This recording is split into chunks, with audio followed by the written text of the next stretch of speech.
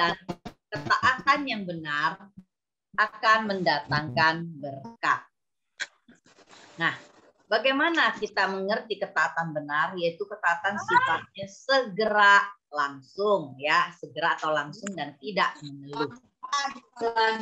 Bagaimana kita melatih ketaatan dengan benar? Yaitu melatih dengan konsisten, pemantapan orang tua, ya, jangan berubah-berubah, dan dengan aturan yang jelas. Tetapi aturan ini harus terus disesuaikan dengan kemajuan anak. Seiring dengan anak bertanggung jawab dan semakin ada kerelaan dalam karakternya, semakin kita harus mengubah peraturan-peraturan yang ada di rumah sehingga anak semakin bisa bertumbuh dengan benar. Ya, beri pujian kepada anak kalau ada kemajuan. Ya, katakan betapa kita bangga bukan karena apa prestasi yang dicapai, tetapi bagaimana dia telah berubah menjadi semakin lembut hatinya. Katakan, hati kamu semakin lembut, ya. Mama papa bangga untuk hatimu, ya. Engkau semakin ingin belajar takut sama Tuhan, ya. Jadi bicaralah kepada hati anak. Dan jika anak tidak taat, ya, dalam kondisi sekarang, temukan akar masalah anak, ya. Lebih dulu jangan masalahnya. Apakah masalahnya ada di hubungan Anda dengan anak? Apakah anak merasa tidak dikasihi? Ya, apakah ada fondasi yang salah, yaitu kebebasan terlalu besar atau terjadi pembiaran? Nah, hal-hal ini perlu dibereskan lebih dulu. Ya, memang dalam proses mengadakan perubahan kadang tidak ada yang bisa langsung. Ya, yang tadi saya dengar kesaksian itu adalah langkah awal yang sangat baik. Saya berdoa supaya ibu dan bapak semakin bisa menemukan hikmat-hikmat Tuhan untuk terus mendewasakan anak Anda. Jangan pernah menyerah. Kalau ada kesalahan, kalau ada kegagalan, kita terus maju karena anak kita bukan robot. Demikian juga kita bukan orang tua yang sempurna. Baik. Malam ini kita akan melanjutkan kepada sesi yang berikutnya, yaitu kasih dan disiplin. Ya, sesi yang keempat ini penting sekali. Konsep disiplin ada. Kenapa di dalam mendidik anak? Konsep disiplin ada karena ini menolong orang tua menghadapi ketidaktaatan anak. Dan bagaimana cara memperbaiki sikap anak yang kalau anak salah dan tidak mengikuti aturan dengan benar. Ya, banyak orang tua tidak mengerti cara yang benar dan bijaksana. Satu sisi kita mau jadi orang tua yang tidak otoriter, tidak ditakuti anak, benar gak? Tapi ya, satu sisi kita juga tidak mau jadi orang tua yang membiarkan anak. Ya, diamkan saja kalau dia tidak taat, kalau dia melanggar banyak hal, kalau dia tidak bekerja sesuai yang diharapkan, kalau dia salah kita biarkan. Wah, ini kita juga tidak mau. Ya, dengan membiarkan ketidaktaatan yang terjadi, ya. Nah, orang tua otoriter bisa melahirkan anak yang terluka, ya, sehingga kita perlu mengerti bagaimana tidak jadi otoriter. Tetapi orang tua yang membiarkan juga akan membiarkan anak hidup dalam dosa, ya, kepada Tuhan dan dosa kepada orang tua karena kita adalah otoritas dari anak-anak kita. Ya, jadi hari ini kita mau ajarkan bagaimana kasih dan disiplin harus dengan benar. Ya, setiap orang tua harus memiliki konsep yang benar, ya, karena banyak orang tua punya konsep yang berbeda. Ya, bagaimana mendisiplin anak, bentuknya seperti apa? Mari kita mau belajar bersama-sama bagaimana kita melakukannya. Pada usia dini, anak belum tahu bagaimana benar atau salah. Sebetulnya anak-anak pada dasarnya mereka tidak tahu, ya, bagaimana membedakan benar atau salah. Orang tua lah yang harus banyak menanam. Makanya saya sering mengajarkan kepada para orang tua, ya, awal kita mengajarkan Alkitab adalah banyak bercerita tentang 10 perintah Allah. Ya, itulah awal kita mengajarkan apa yang benar dan yang salah kepada anak-anak. Saya mengajarkan 10 perintah Allah, ya, kepada anak-anak saya itu sejak mereka usia bahkan 6 bulan, 1 bulan, dari gambar-gambar yang ada. Saya menolong mereka untuk bisa melihat ini adalah dosa dan bagaimana kebenaran. Saya mendorong para orang tua, Anda bisa menceritakan 10 perintah Allah dengan menarik, ya, sehingga mereka tahu apa yang mereka lakukan. Anda mengerti, ya, bagaimana 4 perintah yang pertama itu berkaitan dengan hubungan kita dengan Tuhan. Yang keempat adalah apa? Kuduskanlah hari sahabat. Ya, 3 perintah pertama adalah bicara tentang mengutamakan Tuhan, menghormat, menyembah Tuhan, dan tidak bicara sembarangan tentang Tuhan. Betapa seringkali kita melihat anak-anak kita bicara sembarangan, ya, karena mereka tidak mengerti hukum Allah dasarnya. 10 perintah Allah ada dasar, ya. Karena kita mengerti tujuan mendidik anak adalah anak menunjukkan perilaku yang baik yang lahir dalam hatinya. Waktu kita bercerita kebenaran-kebenaran tentang perintah Allah, sebenarnya kita sedang menanam kepada hati nurani mereka, kepada pikiran mereka, kepada perasaan mereka, ya, kepada jiwa mereka, apa perilaku yang baik dalam hatinya. Satu hari itu akan keluar dan menjadi sebuah pengetahuan yang benar, dan itulah yang mendorong mereka berbuat dengan benar juga. Jadi sebelum tujuan tersebut tercapai, orang tua harus proaktif melatih. Artinya proses untuk mendewasakan anak, orang tua jangan menunggu anak bertanya atau tunggu udah besar. Proaktif artinya melakukan lebih dulu sebelum waktunya bahkan. Ya, saya menceritakan 10 perintah Allah itu berulang-ulang. Bahkan mereka sampai umur 9 tahun saya masih suka cerita, tetapi dalam konteks yang berbeda, dalam situasi yang berbeda, tetapi sasarannya dan mereka mengerti yang mana dosa, yang mana tidak. Itu baru fondasi yang ditanamkan. Nah, itu tujuannya melatih anak supaya menunjukkan perilaku yang berpusatkan kepada Kristus. Ya, kita sudah bicara ini di dalam sesi yang kedua tentang fokus kepada karakter Kristus, ya. Demikian juga ketaatan yang dibangun dalam diri anak, ya, harus diajarkan, diberikan contoh. Ya, bagaimana orang tua hidup lewat hidup sehari-hari. Makanya cerita Alkitab contoh, cerita Alkitab contoh. Nah, ketaatan ini akan satu titik menjadi sebuah kerelaan.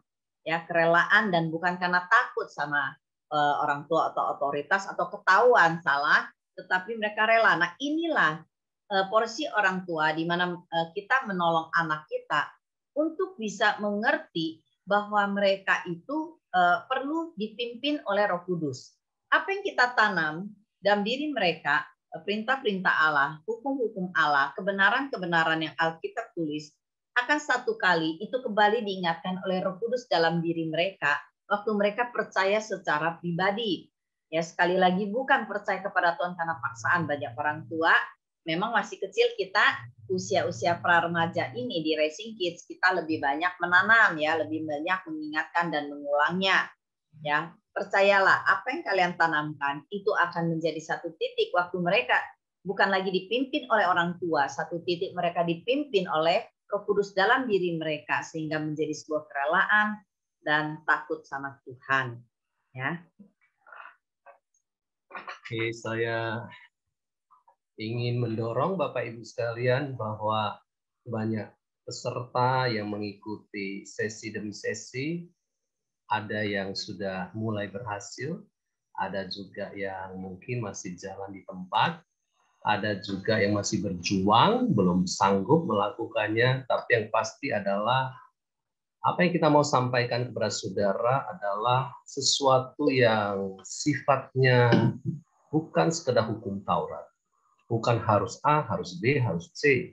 Tetapi yang kami kehendaki adalah melalui firman Tuhan, saudara itu melihat ada kasih karunia Tuhan. Saya mengerti menjadi ayah itu tidak mudah. Saya punya banyak kelemahan, banyak kekurangan. Ya, saya orang yang tidak hangat, saya orang yang dulu pendiam, saya orang yang sebenarnya sulit membangun hubungan dengan anak. Tetapi ketika saya makin mengenal Tuhan, saya mengalami kasih Tuhan, hidup saya berubah, saya mulai bisa mengalirkan kasih Tuhan yang ada dalam hidup saya kepada anak-anak. Kasih saya terbatas, tapi kasih Tuhan tidak terbatas. Amin.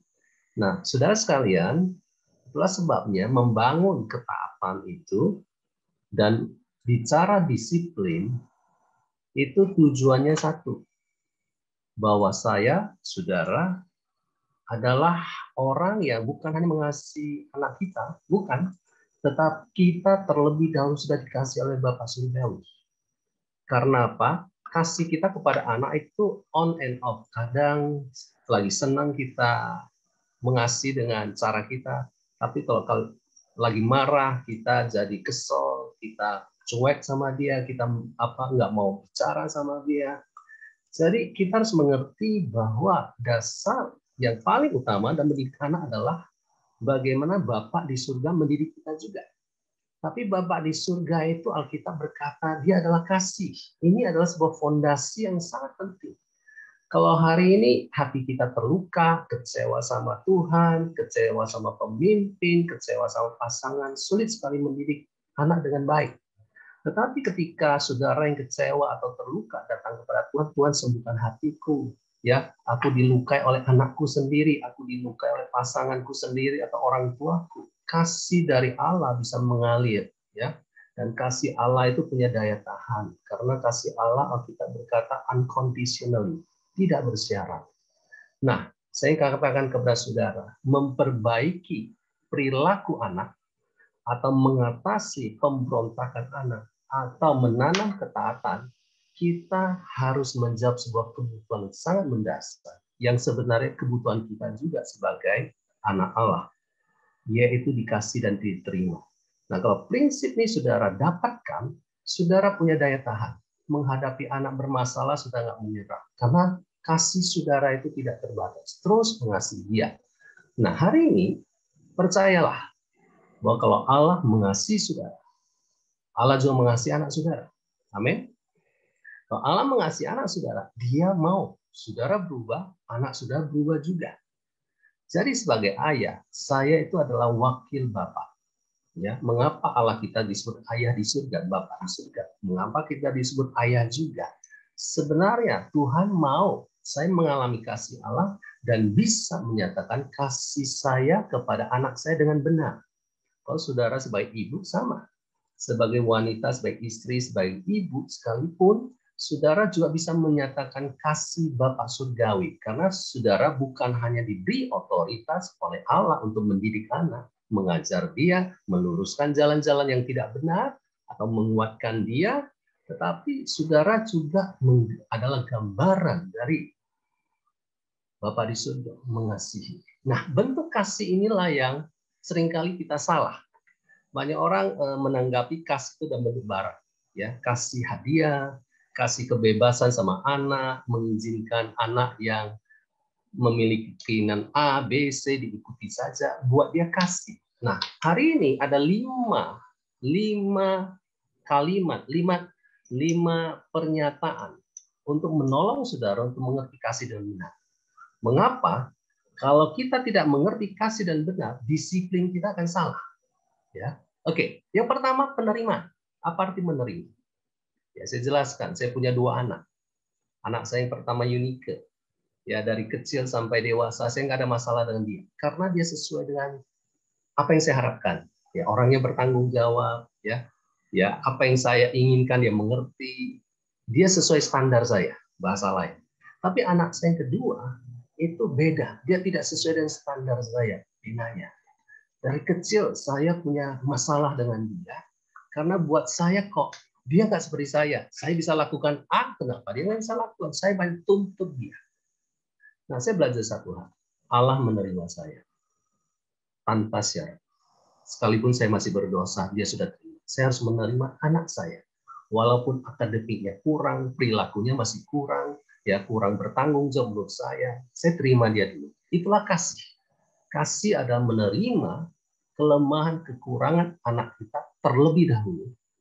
Kalau tidak, kita akan koreksi dia terus, tuntut dia terus, dan hubungan kita rusak. Penerimaan yang benar mendatangkan rasa aman buat anak. Jadi, Benaya aman sama saya, bisa cerita hari ini ketika saya mulai berubah, menerima dulu kelemahan dia, kekurangan dia.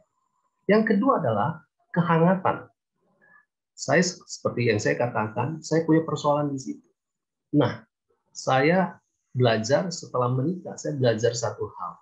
Ya, istri saya menolong saya untuk menjadi pria yang hangat. Disitulah saya belajar menyentuh anak saya, memeluk anak saya. Saya dorong para ayah, kalau anakmu tidak mau dipeluk, sentuhlah tangannya, sentuhlah bahunya. Setiap kali ketemu dia, pegang tangannya.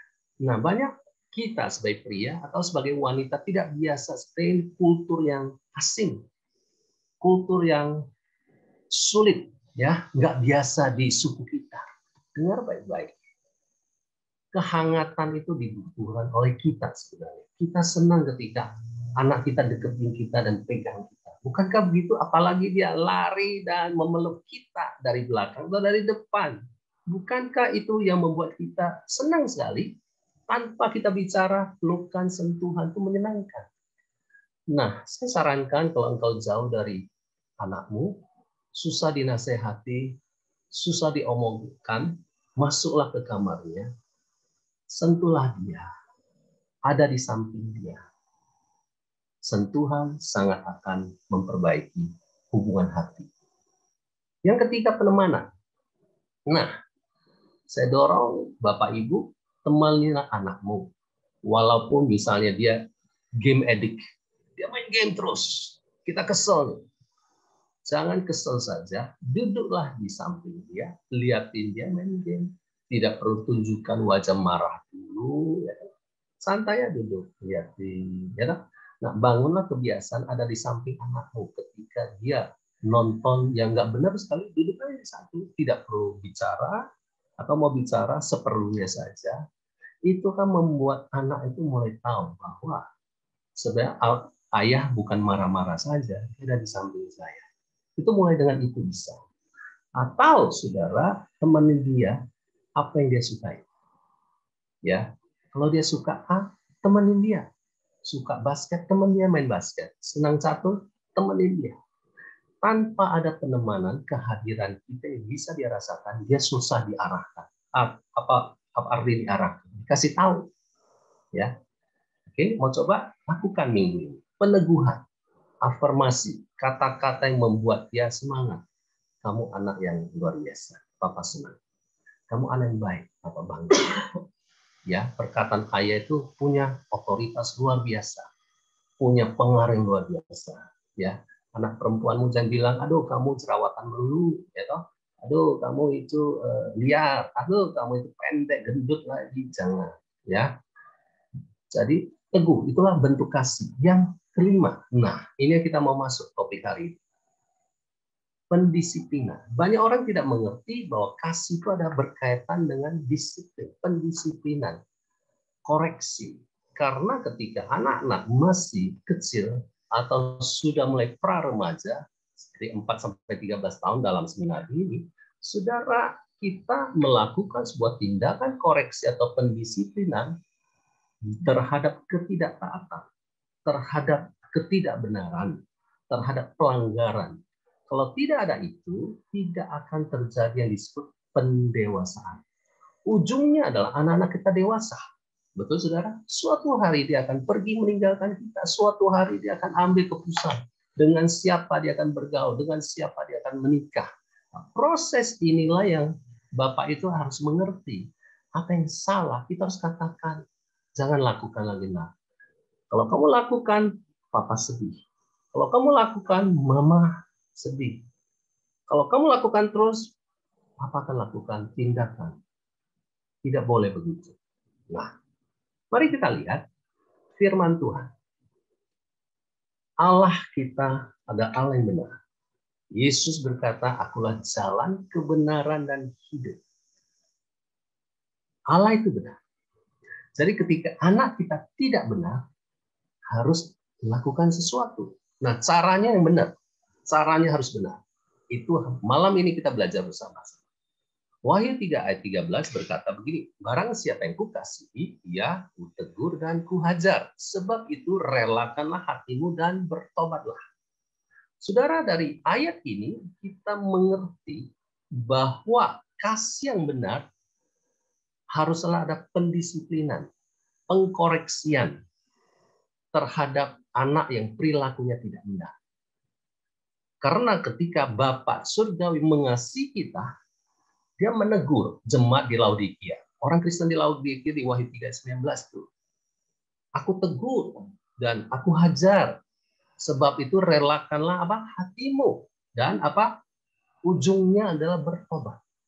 Berubahlah kamu.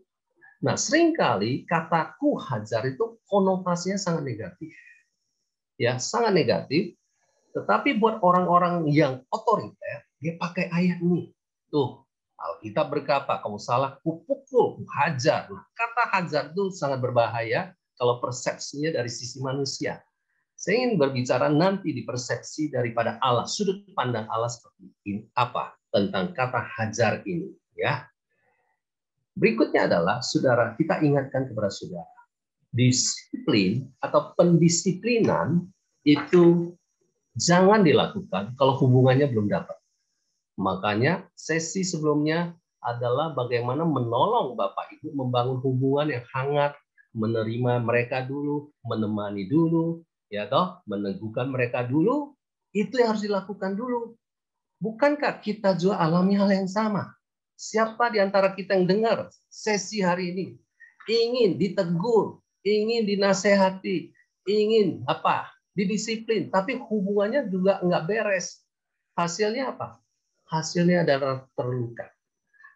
Pendisiplinan tanpa hubungan kasih menghasilkan anak terluka akan menghasilkan pemberontakan. Tapi apakah kita takut disiplin? Nah, ada juga orang tua yang takut disiplin, anak takutnya menyakiti hati anak. Itu juga nggak benar. Ya, mungkin dia trauma karena dari waktu kecil dia dipukul terus sama orang tuanya. Dia berkata dalam hatinya, kalau saya menikah punya anak, saya nggak akan pukul anakku lagi. Nah, itu juga salah, saudara. Jadi hari ini kita butuh waktu untuk menjelaskan kepada saudara dari sudut pandang Allah seperti apa sih. Ya, tapi yang pasti kita ingatkan kepada saudara, disiplin bukan memukul. Disiplin bicara tentang koreksi. Ya, dan pastikan saudara sudah lakukan tugas sesi 2 dan sesi 3. Menanam kebenaran dalam diri anak dulu. Ya, itu adalah tugas saudara harus lakukan dulu. Cerita Alkitab, kasih contoh, hidup dalam kebenaran. Nah, ada satu grafik yang penting sekali untuk saudara pahami. Grafik itu menggambarkan tentang garis vertikal dan garis horizontal. Kalau garis horizontal dibicara usia anak, umur anak. Yang vertikal bicara besarnya pengaruh. Di situ ada statement kita adalah ketika anak masih kecil, pimpinlah dengan pengaruh otoritas. Maksudnya apa? Garis hitam itu. Anak masih kecil, garis hitam yang ada di layar saudara itu tinggi sekali, besarnya pengaruh pada usia 6 tahun ke bawah. Setelah 6 atau 8 tahun ke atas, pimpinlah anak muda dan pengaruh hubungan. Apa yang kami maksudkan? Yang kami maksudkan adalah ketika anakmu masih bisa diatur, aturlah dia. Kontrol dia ketika dia masih kecil. Kalau sudah besar, sulit sekali untuk dikontrol. Yang hanya bisa kontrol anak remaja ke atas, ya, dalam modul kita coaching tips adalah hubungan kita yang kuat akan mempengaruhi hati dia yang mau taat. Oke, mengerti grafik ini? Jadi saya ingin mendorong saudara buat Bapak Ibu yang kurang tegas. Didiklah anakmu dengan ketegasan ketika mereka masih bisa diatur, masih kecil. Ya, suatu hari mereka sudah besar, jauh-jauh lebih sulit untuk mereka mengikuti apa yang menjadi perintah kita. Memang waktu anak masih kecil, ya kita harus mengerti dari grafik ini adalah fase kita jadi orang tua menolong anak mengerti siapa yang harus dia taati, yaitu otoritas. Ya, bagaimana kita punya ketegasan yang lebih, kejelasan, dan kita mengambil keputusan. Ya, bagaimana kita mengarahkan lebih tegas, itulah grafik yang lebih tebal gitu yang dimaksud. Jadi fase kita seperti itu. Nah, itu lebih banyak terjadi waktu anak masih kecil ya sampai usia 8 tahun kira-kira 8 sampai 11 ya 9 tahun itu adalah masa transisi di mana orang tua mulai punya hubungan yang makin dipercaya oleh anak. Jadi sekalipun kita punya ketegasan tapi kita juga bisa belajar pelan-pelan melihat mereka juga sebagai teman. Jadi tidak langsung menjadi teman ya. Nah, ini penting sekali. Cerita waktu 2 minggu lalu ya menolong 1 minggu lalu. Nah, minggu lalu bagaimana kami cerita waktu anak kami masih kecil, saya lupa antara 7 tahun atau 9, sekitar 7 sampai 8 tahun begitu ya. Yang satu kali anak saya yang pertama Yunike, bagaimana cara dia meresponi nasihat suami saya waktu dinasehati, bagaimana sikap dia seperti gambar di kanan itu ya, dan dia enggan mendengarkan kami, dan disitulah saya tidak menunda lagi untuk mendisiplin anak saya. Saya tahu apa yang dia lakukan ini akan menjadi sebuah perilaku yang buruk dan akan terulang lagi kalau waktu itu saya tidak lakukan. Makanya disebut tindakan disiplin. Kalau Anda tidak melakukannya ya pada hari yang sama atau tidak cepat, maka Anda sudah terlambat sebetulnya ya. Nah, kita sedang disiplin itu ada proses memperbaikinya ya. Bagaimana menolong dia perbaiki, bukan kita menunjukkan bagaimana anak kita tekan, kita ancam karena dia salah. Jelas anak saya salah, tetapi apa yang saya lakukan? Nah, saya membawa anak saya, Yunike, waktu itu ya masuk ke dalam kamar dan saya menjelaskan apa yang kamu lakukan ada salah dan berdosa. Ya, seperti Amsal 30 ayat 16 ini katakan, matamu ada mengolok ayah, ya engkau sepertinya tidak hargai ayah dan engkau tidak mau mendengarkan. Dan apa yang terjadi? Alkitab menulis itu ada dosa karena gagak lembah ya adalah gambaran bagaimana kuasa jahat ya akan mematuk kamu ya, arti itu gambaran ya, bagaimana itu arti kamu mengalami kematian rohani dan karena kamu sudah berdosa di hadapan Tuhan. Nah, waktu itu saya menjelaskan dosa ini dan saya berkata, Mama sangat sedih sekali melihat sikap kamu yang tidak benar. Dan lalu saya memberikan dia sebuah tindakan disiplin ya, 1 pukulan di pantat dia ya, di pantat dia, dan saya memberikan tongkat didikan 1 kali. Dia menangis, tapi di situ saya memeluk dia dan saya berkata, ya jangan ulangi lagi. Dan dengan memeluk dia dan saya mendoakan dia, saya tidak ikut menangis, tetapi saya katakan dosa adalah dosa dan kau harus memperbaikinya di hadapan Tuhan. Dan waktu saya mengatakan tidak boleh diulangi, saya peluk dia. Sampai hari ini anak saya selalu teringat. Waktu kami mengadakan seminar di lain tempat di luar negeri waktu itu, anak saya bercerita bagaimana dia belajar berbicara kepada orang tua, terutama kepada ayah, harus dengan sikap hormat. Itu dia ingat bagaimana waktu kecil dia mendapatkan ayat ini dan saya mengarahkan dia untuk bersikap benar. Ya, saya tidak marah-marah, tetapi jelas apa yang saya katakan dosa dan bagaimana saya mengingatkan dia. Ya, rasa sakit yang saya berikan untuk menolong dia, mengingat dan tidak mengulanginya lagi.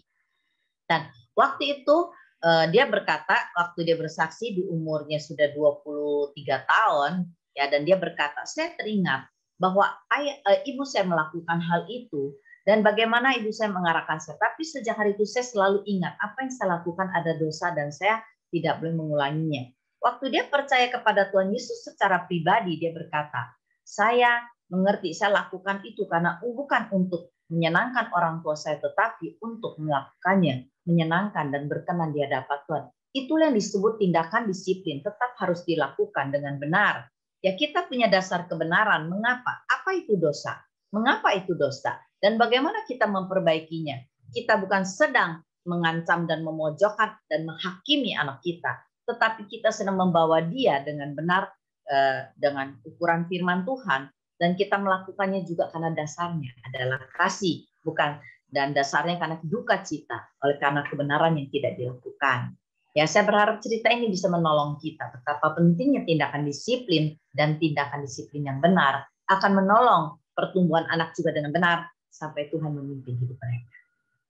Ya, jadi saudara, saya percaya saudara kita perlu melihat ketidaktaatan yang berulang-ulang itu ada sebuah dosa yang akan membuat mereka juga tidak diberkati Tuhan. Bukankah kita mau anak kita diberkati Tuhan? Prinsipnya adalah anak taat dan anak menghormati orang tuanya. Itu adalah sebuah perintah yang sangat penting di mana mengandung janji. Ya, minggu lalu kita sudah bicara janjinya apa? Bahagia dan umur panjang. Jadi anak kita nggak pernah akan kena COVID. Kalau saudara melatih mereka untuk taat dan hormat, maksudnya nggak kena COVID dan meninggal, maksud saya. Oke. Saudara, mari kita lihat lebih jauh seperti yang saya katakan Ibrani 12 ayat 6 sampai 8 untuk menggambarkan sebuah konsep disiplin dari sudut pandang Allah. Ya, jadi Wahyu 3 tadi hanyalah sebuah pernyataan saja, barang siapa yang ku kasihi, ia ku tegur dan ku hajar. Mari kita lihat dalam Ibrani 12 ayat 6 sampai 8. Ya, saya akan bacakan buat saudara dan menyampaikan kata asli di situ. Karena Tuhan menghajar, kata aslinya adalah, kata Yunaninya adalah Paideo, ya, orang yang dikasihinya. Perhatikan, orang yang dikasihinya dan ia menyesal, mastigo, inflicted, menimbulkan kesakitan. Orang yang diakuinya sebagai anak. Jika kamu harus menanggung ganjaran, ya, kata bendanya ada paidea. Tadi paideo kata kerjanya, Allah memperlakukan kamu seperti anak. Oke, Allah memperlakukan kita sebagai anak. Kalau ada ganjaran, konteksnya adalah kita sebagai anak. Di manakah terdapat ayah yang tidak dihajar oleh ayahnya? Tetapi jika kamu bebas dari ganjaran yang harus diderita setiap orang, maka kamu bukanlah anak, tetapi anak-anak gampang. Artinya kalau ada ayah yang tidak memberikan saudara kita ganjaran atau disiplin, berarti sebenarnya kita adalah anak gampang, anak yang dibiarkan gitu. Maksudnya anak gampang ya, anak yang dibiarkan, tidak dikasihi. Selanjutnya dari ayat kita yang sebenarnya kita beroleh ganjaran dan tetap mereka kita hormati. Kalau demikian, bukankah kita harus lebih taat kepada Bapa segala roh, yaitu Allah kita, supaya kita boleh hidup?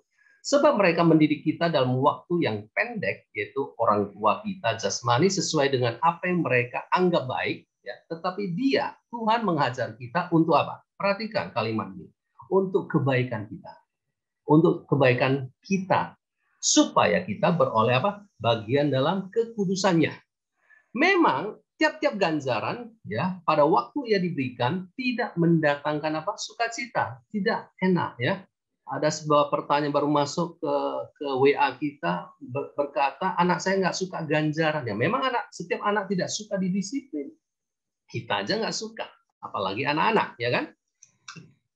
Tetap ya tidak mendatangkan sukacita, tetapi apa duka cita, ada kesedihan ya toh. Tetapi kemudian perhatikan tujuan akhirnya, tetapi kemudian yang menghasilkan apa? Buah kebenaran. Artinya dia yang tidak benar jadi benar. Ada buahnya, ada perubahan perilaku yang memberikan apa? Damai. Buah itu akan memberi damai di hati anak kita juga, hati orang tua juga, hati anak yang dilatih oleh proses ini. Jadi kata menghajar, bahasa Inggrisnya chasten, ya, paidio itu bukan menghukum. Kalau menghukum tujuannya tidak jelas. Menghukum itu malah mempermalukan anak, mematikan anak.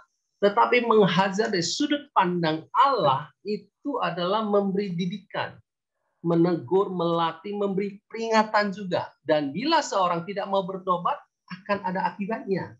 Ya, kalau sudah perhatikan kitab Wahyu, kalau orang yang tidak mau bertobat sudah diperingatkan, dia akan kehilangan ini dan itu. Tetapi kalau dia bertobat, ada upahnya. Barang siapa yang menang, ia akan, contohnya di Wahyu 3, ia akan kududukkan ke tahtaku. Nah, kita mulai mengerti bahwa proses atau lebih tepatnya sudut pandang Allah dan memberi disiplin kepada kita itu berbeda dari sudut pandang kita sebagai manusia. Makanya saya berkata mungkin kita trauma dengan kata hajaran, ya toh, dengan kata hukuman. Tapi yang pasti adalah kata ganjaran itu adalah akibat, konsekuensi dari pelanggaran. Jadi Allah itu bukan jahat, Allah itu kasih. Allah itu bukan kejam. Mari saya simpulkan beberapa hal. Menurut Ibrani, perspektif atau pandangan tentang disiplin yang pertama, disiplin adalah respon orang tua terhadap apa? Ketidaktaatan anak. Oke, respon Allah kepada anaknya. Saya tidak bisa memberi disiplin kepada anak tetangga, dia bukan anak saya. Kalau anak tetangga berlaku salah, saya nggak boleh mendisiplin dia. Tapi kalau anak saya berbuat salah, saya mendisiplin dia, dan itu dasarnya bukan karena marah. Itu dasarnya karena saya mengasihi dia. Saya nggak mau dia hidup di bawah kutuk. Hidup tidak diberkati dan disertai Allah. Kasih saya kepada anak bukan hari ini. Kasih saya dalam masa depannya memiliki janji yaitu panjang umur dan bahagia. Jadi dasarnya bukan marah, dasar kasih. Makanya orang tua lagi marah tidak boleh mendisiplin anak. Caranya pasti salah. Ya, apakah menjewer telinga anak, ya pukul dengan tangan dan seterusnya. Yang berikutnya adalah kesimpulannya disiplin nggak enak, mendatangkan kesedihan duka cita, sakit, inflict pain, ya. Tapi Alkitab tadi berkata tujuan sakit ini bukan kejam atau bukan bully anak atau pelecehan anak, bukan. Tujuannya adalah untuk kebaikan dia. Karena tujuan akhir adalah poin berikutnya adalah sikap dia, perilaku dia berubah. Alkitab berkata dia mendapat bagian kekudusan Allah. Artinya dia hidup benar di hadapan Tuhan lagi. Dan yang kedua, perilakunya berubah, menghasilkan buah kebenaran. Jadi kesimpulannya apa, Bapak Ibu dan teman-teman? Ya, disiplin adalah sebuah tindakan koreksi yang tepat yang diberikan untuk anak yang melakukan pelanggaran. Ya. Jadi disiplin bukanlah hukuman, tapi membuat anak sadar bahwa itu salah. Gitu loh ya. Anak lihat itu salah dan perlu bertobat dengan mengaku salah. Makanya kenapa kita harus latih anak kita kalau salah. Kamu tahu nak, kamu salah, ya salah apa? Dia harus tahu. Nah, dan tidak takut dengan konsekuensi. Ya, ada akibat, tetapi dia jalankan. Dan kita bukan sedang menekan, tetapi dia mengerti ada konsekuensi. Kadang ada konsekuensi alami. Misalnya kita bilang jangan lari, dia jatuh. Kita katakan, ini karena kamu tidak taat. Nah, jangan bilang, lihat kan, jatuh kan, jatuh. Ya, bukan begitu. Ya, tapi kita harus katakan, ini karena kamu tidak taat. Nah, lain kali dengar ya, kalau mama katakan tidak lari, tidak. Jadi kita harus jelas ya, kesimpulannya adalah anak-anak mengalami perubahan hati dan bertobat. Ya, kalau kita menekan dia, menyalahkan dia dan lebih sepertinya mengancam, itu akan membuat dia bukan perubahan hati, dia berubah melihat kita. Ya, melalui disiplin, anak-anak memiliki kecenderungan mementingkan diri sendiri, mengalami proses menjadi orang tua yang anak yang tunduk pada orang tua. Ya, jadi sasaran kita disiplin, berubah hatinya seperti apa? Bukan anak menjadi kesakitan, ya. Rasa sakit itu untuk mengingat supaya tidak mengulangi kembali. Ya, bukan bikin trauma anak, ya. Jadi kita membuat anak tunduk sama orang tua. Dia ngerti ini loh orang tuanya yang ingatin, ini loh orang tuanya yang memberi nasihat, ini loh orang tuanya arahan, ini loh orang tuanya siapa. Nah, ingat, jadi Anda perlu memberikan arahan jelas ya, sehingga anak tahu kepada siapa dia menundukkan diri, kepada siapa dia menghormatinya. Dan kita melatih anak kita bertanggung jawab. Tanggung jawab bukan hidup seenaknya lagi dan kurang ajar ya, tapi tanggung jawab karena dia harus melakukan apa yang benar. Ya, itu kita latih dari luar kan ya, secara pelatihan ini yang benar. Ayo diulangi yang benar. Nah, itu disiplin, pelatihan ulang lagi cara ngomong yang benar. Kalau dia ngomong salah, ini yang benar. Nah, itulah disiplin. Ya, ulangi, tidak ngomong itu, cara bicara yang benar bagaimana. Nah, itulah kita mendisiplin. Ya, banyak orang tua kalau salah, marah gitu lah. Tetapi yang benarnya apa? Gitu. Kita ngomong, misalnya cara dia berkata, memerintah, kita harus katakan, ulangi, tolong. Nah, itu disiplin. Ya, ulangi, tolong mama, tidak berkata, mana mah, bukan. Itu bukan cara bicara yang benar, nak. Ayo, sekarang kamu ulangi. Tolong mama, boleh tolong mama, itu yang benar. Ya, banyak orang tua tidak memperbaiki yang benar, dia fokus kepada yang salah. Nah, itulah akibatnya anak tidak belajar takut sama tunduk pada orang tua dan juga tidak belajar takut akan Tuhan. Nah, penting sekali untuk kita memahami konsekuensi atau itu adalah bukan sasarannya, tujuan hukumannya, tetapi hati. Ya, jadi anak-anak bisa bukan takut salah, tetapi dia memiliki rasa salah yang benar. Ya, bahwa iya, suatu hari bukankah anak kita jadi ngerti ini yang nggak benar. Ya, saya akan ada konsekuensi. Saya harus minta maaf. Kalau tidak ada rasa salah, gimana minta maaf? Betul nggak? Kalau tidak tahu itu salah, bagaimana minta maaf? Bagaimana dia mengambil sebuah resiko? Ya, anak salah resiko dan saya tidak takut menghadapi resiko. Nah, itu ujungnya yang sedang kita didik kepada anak kita. Ya, jadi penting itulah sasaran dari disiplin. Kesimpulannya ya. Nah, kita harus berdoa setiap kali kita melakukannya. Ya, itu tertanam hati mereka, bukan kesalahannya saja, tetapi bahwa apa yang salah dan bagaimana dia bersikap dengan benar. Yang benar itulah yang mendorong, yang mendrive hidup mereka. Nah, kita perlu belajar mengerti bagaimana kita pertimbangan dalam memberi disiplin. Baik, ya waktu kita memberikan disiplin, kita harus pertama melihat motivasi. Ulangi bersama saya para orang tua, motivasi. Ya, motivasi apa? Motivasi anak dalam melakukan pelanggaran. Ya, nah, apakah? Nah, motivasinya kita harus lihat. Ya, lihat bukan sekedar pakai mata jasmani, ya, tetapi pakai mata hati kita untuk melihat apakah anak melakukan pelanggaran secara sengaja. Sengaja artinya apakah dia jahat, bermaksud jahat, ya. Oke, apakah dia sedang proses belajar atau tidak sengaja? Nah, inilah yang disebut motivasi penting. Orang tua butuh peka sekali. Ya, pakai hatinya. Ya, kita harus lihat anak kita nakal atau butuh kebiasaan nakalnya dirubah, ya, atau iseng atau memang kurang ajar. Nah, ini orang tua jangan sedikit-sedikit salah langsung pukul, langsung marahin, ya, langsung mempermalukan dia. Nah, orang tua harus melihat ini ya supaya kita bisa melihat ya kalau yang disebut kebodohan adalah kalau dia perlu didewasakan. Ya, jangan biarkan sikap kanak-kanak tidak tahu, tidak mau tahu, itu tidak boleh terjadi. Kalau salah atau tidak taat aturan atau lupakan tanggung jawab, nah kita tanya hatinya, kita tanya anak kita, apakah kamu tahu kesalahan kamu? Penting sekali orang tua tanya ya. Apakah kamu tahu nak, kamu salah? Ya, apa salahnya? Apa yang dia rasakan? Apa yang dia pikirkan? Nah, di situ kita bisa melihat waktu kita bicara, lihat mata anak kita. Apa yang dia ngomong? Apakah ada rasa salah? Ada rasa menyesal? Ada enggak? Orang tua harus peka. Ingat, mendidik anak itu bukan sekedar asal cepat ya, semua serba cepat gitu. Nah, kalau kebodohan, ada sengaja melanggar apa lagi, berkali-kali dia melanggar sengaja. Dalam hari yang sama lagi. Dalam 3 jam, dalam 2 jam dia melakukan yang sama. Nah, ini harus diusir dengan cara disiplin.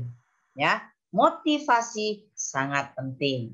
Yang kedua, dalam pertimbangan dalam memberi disiplin ya, kita harus mengerti ya motivasinya secara sengaja atau karena dia belum mengerti. Nah, ya misalnya saya ingat sekali anak saya pernah suruh beli barang ya, titip nih kamu ke toko sana ya, beli ya, ditemenin Mbak ya.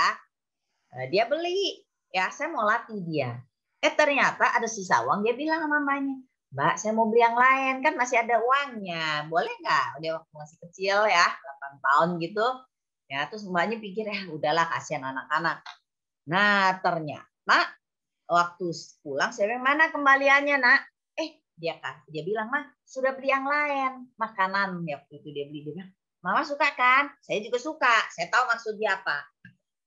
Ya, tapi saya bilang, kalau lain kali mau beli makanan, kamu harus berkata kamu suka.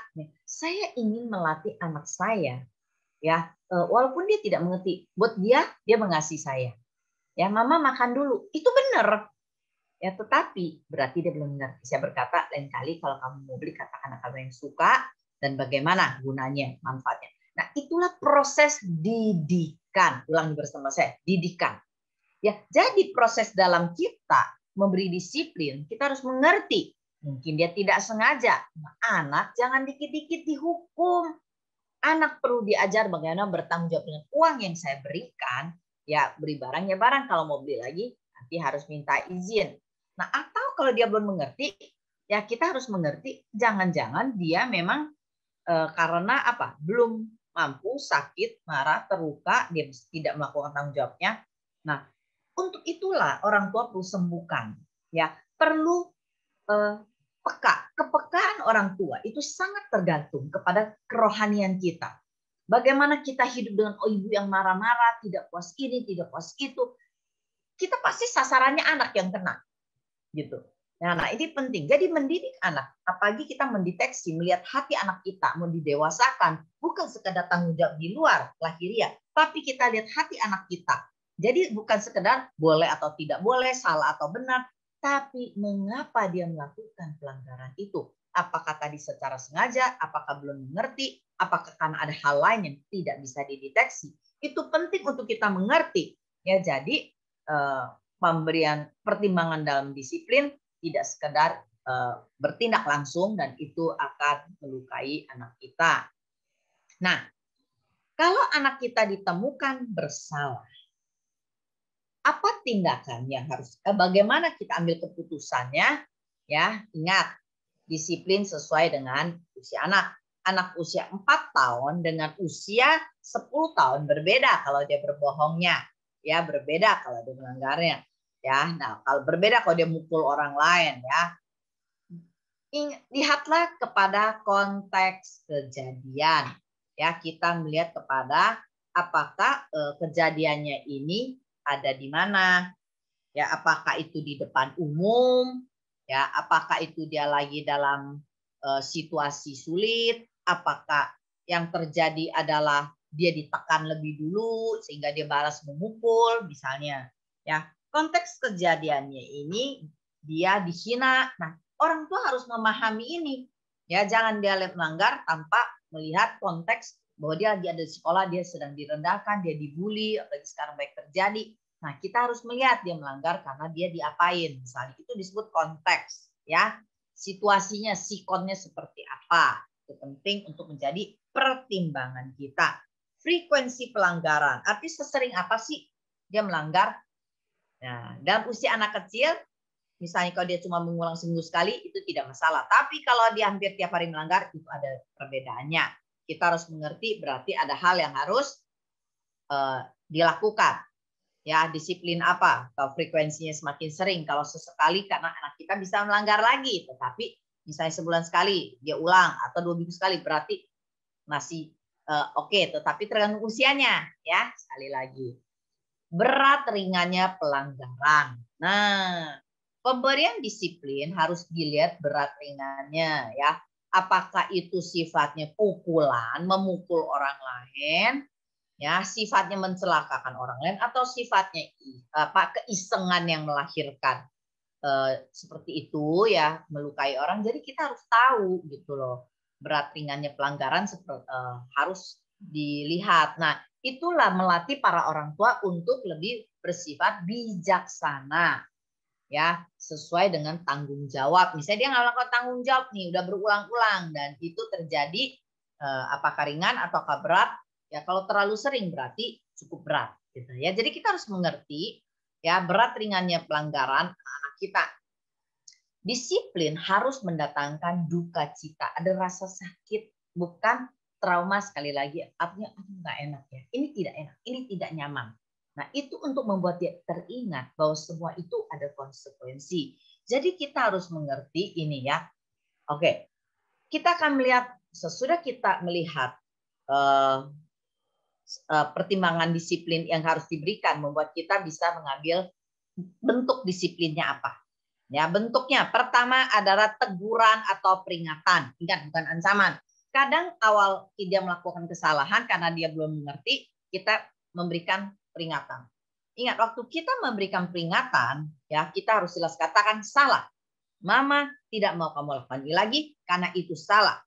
Ya, karena kamu sengaja misalnya. Ya, tatap mata dia sejajar, jangan dia di atas, Anda di bawah. Ya, oke, sejajar, kata-kata Anda jelas salahnya apa, ya karena kamu memukul lebih dulu, benar tidak gitu ya.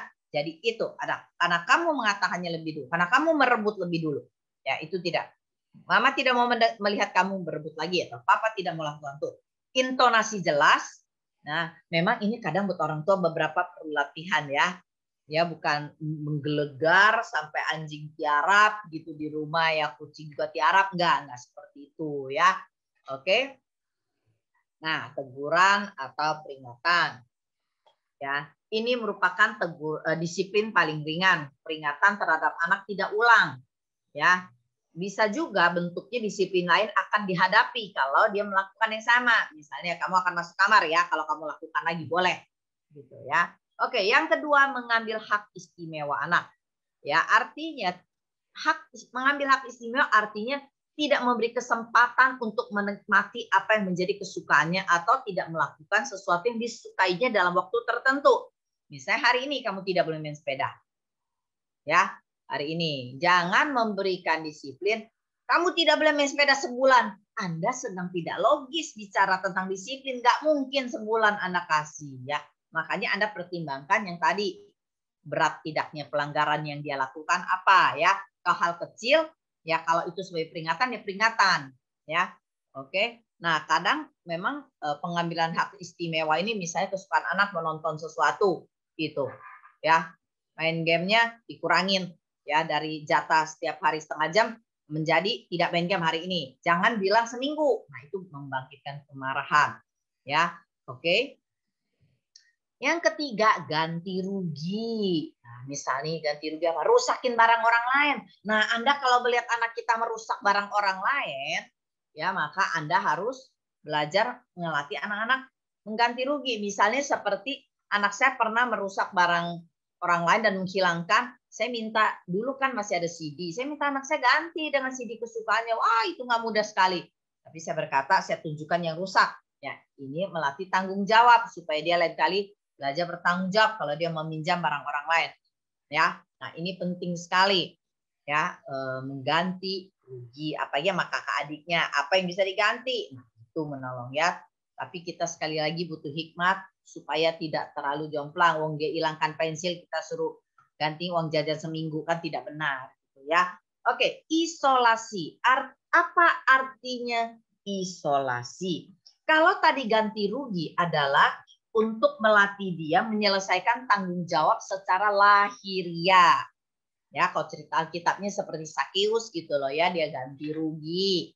Ya, karena telah merugikan orang lain. Itu tindakan lahiriah. Nah, kalau isolasi itu artinya bagaimana sementara waktu anak dipisahkan dari orang lain atau kehilangan kontak sosial. Ada anak-anak yang menyenangkan itu, makanya pilihlah yang cocok dengan disiplin untuk anak kita. Apa yang paling bisa membuat ada sedikit dampak kedukaan ya kepada anak itu, bahwa dia tidak mengulangi perbuatannya dan dijelaskan salahnya apa.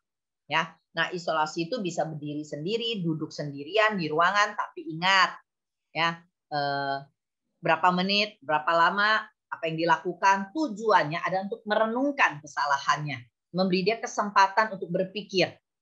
Ya, nah ingat kok isolasi anak nggak boleh taruh di kamar mandi gelap, apalagi yang masih kecil, gudang gelap, ya kita takut-takutin lagi. Ya, bahwa ada setan nanti, ada iblis, kamu akan dimakan, apa, nggak boleh ya itu ya. Karena supaya dia merenung, membantu anak belajar penguasaan diri dengan benar. Ya, makanya untuk setiap pelanggaran, apakah setiap pelanggaran kita perlu mempertimbangkan, perlu disiplin nggak nih setiap pelanggaran? Nah, orang tua harus bijaksana. Level di mana?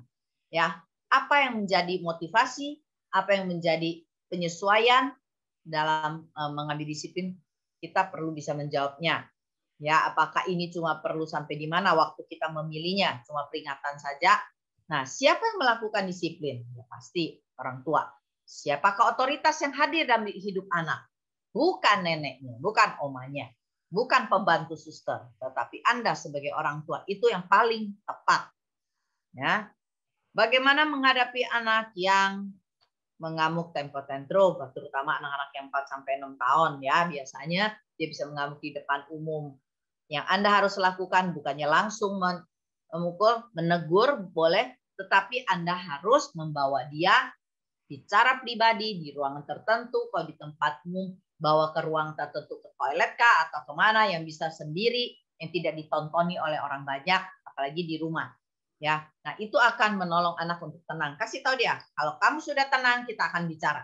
Atau kalau kamu tidak mau tenang, kita pulang. Nah, hal-hal ini penting sekali dalam proses kita mengambil keputusan dan mendisiplin anak kita, ya, sehingga kita akan belajar menjadi orang tua yang lebih bijaksana. Oke, jadi walaupun singkat, kami berharap saudara bisa mengerti. Saya kasih beberapa contoh untuk menambah pengertian. Yang pertama adalah ketika anak saya taruhlah dia memecahkan piring di meja, dia menyenggolnya. Kalau dia tidak sengaja, walaupun piringnya mahal, walaupun piringnya saya senang, saya tidak boleh mendisiplin dia karena dia masih kecil, nggak ngerti, ya lah. Dia lari dan senggol itu adalah tidak sengaja. Tetapi kalau saya sudah kasih tahu dia dalam waktu sebelumnya, sebulan lalu, seminggu lalu, nak kamu jangan lari-lari, ya toh, karena bisa membuat barang jatuh. Nah, ketika lari barang piring mahal itu jatuh, nah berarti ini bukan lagi nggak mengerti, dia sudah mengerti, dia tidak taat. Nah, itu harus ada pendisiplinan. Apakah ya, contohnya adalah kehilangan. Dulu anak saya paling senang nonton yang namanya Thomas and Friends, kereta api, atau di video. Kami melarang dia nonton selama 3 hari, 5 hari, pertimbangkan. Ya, biasanya kalau kita memberikan sebuah konsekuensi, ya toh, misalnya kehilangan hak istimewa untuk nonton, saudara jangan posisi marah, bilang sebulan, nanti rubah lagi. Kita tidak boleh merubah apa yang kita katakan kecuali ada pertimbangan dari hati nurani kita. Nah, ini kalau keras tuh. Ya. Berikutnya adalah saya ingin menyampaikan kepada saudara satu pengalaman tentang bagaimana konsekuensi akibat dari pelanggaran hidup saya membuat saya tidak mau melanggar lagi. Suatu hari, sore hari menjelang malam, ya, saya dari kantor kerjaan, saya mau puter, ya, U-turn, padahal nggak boleh diputer, ya, nggak boleh puter, gitu loh. Karena saya mau cepat, saya puter aja, walaupun dilarang puter. Ternyata di situ di tengah malam, ya toh, udah agak gelap, ada polisi di sana menunggu. Dan apa yang terjadi? Saya kena tilang. Ya, memang kalau nggak muter di situ nambah 2 menit lah, putar di putaran lebih jauh. Ya. Dan saya kena tilang. Apa yang terjadi? Besoknya saya pulang kerja lagi. Ya, saya mau muter? Enggak. Saya khawatir di situ ada polisi lagi. Ya toh? Nah, kena tilang nggak enak, bayar denda nggak enak. Apa yang terjadi? Konsekuensi itu menolong saya untuk mengontrol perilaku saya mau gampang. Betul, saudara? Sudah pernah mengalami sebuah konsekuensi? Akibat, ya toh? Itu menolong kita untuk kontrol keinginan kita yang belum tentu benar. Jadi, saudara, proses kita didisiplin sama Tuhan sama. Ya, membuat kita tahu, saya nggak boleh berzina. Ya toh, saya nggak boleh ada perempuan lain. Karena akibatnya bisnis saya hancur. Keluarga saya hancur. Kena serangan iblis. Bukan Tuhan menghajar. Itu kita buka celah. Membuat kita, wah, hidup benar di hadapan Tuhan itu penting. Ketika kita bertobat, wah, bisnis kita dipulihkan. Ngerti ya? Itu adalah sebuah proses yang alkitabiah. Oke, kisah lain. Suatu hari Benaya, taruhlah dia usia sekitar 10 tahun, ya dia datang kepada mamanya. Ya toh, mama, saya mau minum Coca-Cola. Mamanya bilang tidak boleh. Nah, kemudian dia masuk kamar saya, pembicaraan dengan mamanya di dapur di depan kulkas. Kenapa mamanya bilang tidak boleh? Karena dia lagi batuk. Nah, ketika dia menjumpai saya di kamar, dia bilang, Papa, boleh saya minum Coca-Cola hari ini? Ya, saya bilang, boleh, ambil aja sendiri. Nah, ketika mamanya lihat dia ambil Coca-Cola, ketika mamanya sudah tidak di dapur tentunya, dan minum, disitulah, wah, dia merasa Benaya langgar perintahnya, dan kemudian dia tanya, Ben, kenapa kamu ambil? Papa kasih izin. Oke, seringkali ya terjadi persoalan nih. Anak melanggar, kemudian karena tidak taat sama salah satu, dia minta perlindungan atau minta pembelaan, bisa kasus yang lain. Tapi dalam hal ini dia mengambil ketidaktahuan saya bahwa dia sudah dilarang. Apa yang terjadi? Saya panggil Ben. Ben, sini Ben. Mama bilang apa? Boleh minum Coca-Cola? Enggak. Kenapa? Batuk. Kenapa kau datang kepada papa lagi? Itu tidak benar, Ben. Selama seminggu kamu nggak boleh nonton Thomas and Friends karena itulah pelanggaran kamu. Jadi mengambil hak istimewa itu kadang buat anak itu sangat menyakitkan. Jangan dikit-dikit pukul anak. Jangan dikit-dikit kurung anak, jewer anak, tidak sehat, saudara. Ya. Berikutnya apa? Saya bukan orang yang berani disiplin anak. Istri saya lebih berani ketika anak salah. Sehingga apa yang terjadi? Ketika anak saya didisiplin sama mamanya, saya cenderung nggak mau terlibat, ya toh, menjauhlah, ya. Ketika anak saya menangis karena didisiplin, apa yang terjadi? Saya memeluk dia. Apa yang menjadi persepsi anak? Mama jahat, papa baik, betul ya? Nah itu tidak boleh terjadi. Kita harus bersama pasangan kita dalam proses mendisiplin. Kalau salah satu tidak sepakat, bicara dulu sampai titik kesepakatannya ada. Karena seringkali itulah yang merusak hubungan pernikahan. Dianggapnya satu keras, satu lembek. Itu yang harus dihindari. Nah, saya belajar, persoalannya bukan di anak saya, persoalan di saya yang memang lahir dari keluarga yang memang tidak tegas. Oke, itu menolong saudara untuk dalam proses disiplin, saudara harus belajar sepakat. Apa kesimpulannya? Kesimpulan yang kita mau katakan adalah anak kita bisa hidup dalam ketidaktaatan ketika orang tua tidak mau disiplin atau menunda pendisiplinan. Oke, sudah boleh menunda. Misalnya anak kita berlaku kurang ajar di depan orang lain, ya toh?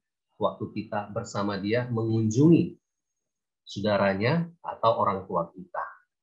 Kita jangan mendisiplin anak kita di depan orang lain. Jangan. Bikin dia malu. Anak punya harga diri. Bilang sama anak, nanti pulang. Ya, ini kita akan bicara. Oke. Tapi orang tua kadang tidak mendisiplin karena takut konflik sama anak.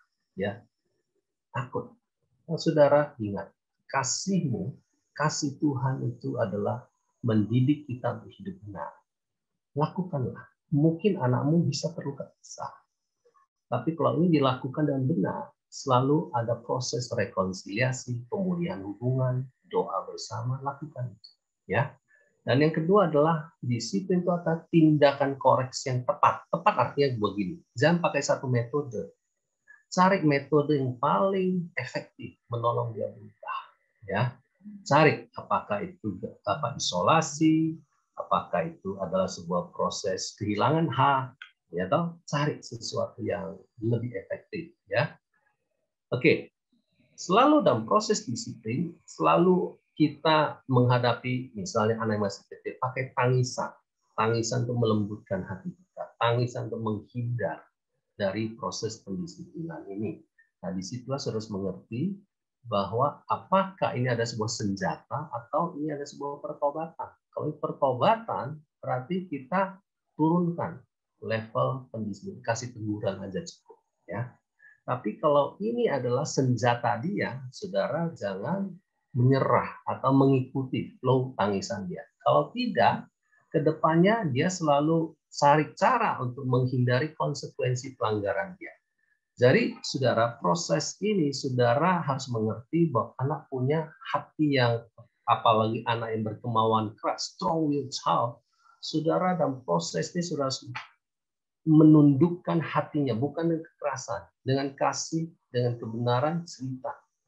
Dan juga satu titik, memang terjadi benturan. Saya benturan sama anak saya cukup panjang, karena proses disiplin buat dia nggak mau. Ya sudah, kapan nunggu? Ya, kamu nggak mau ditegur, dinasihati, ya toh. Kadang marah bisa, kadang nggak mau masuk kamar bisa, ya toh. Biarin aja, ya. Kita jangan terjebak kepada yang sekarang, lihat ujungnya. Tetap kita mengasihi dia, tetap kita mau dia berubah, tapi berdoa minta hikmat Tuhan, hadapi anak saya yang begitu keras, bagaimana caranya Tuhan. Ya? Di situ memang melelahkan, capek memang. Tapi ketika proses ini saya lakukan dengan tenang, tidak marah, ya toh, tidak mengikuti flow dia atau arus dia atau keinginan dia, ya toh, memang ada benturan, ada konflik, ya.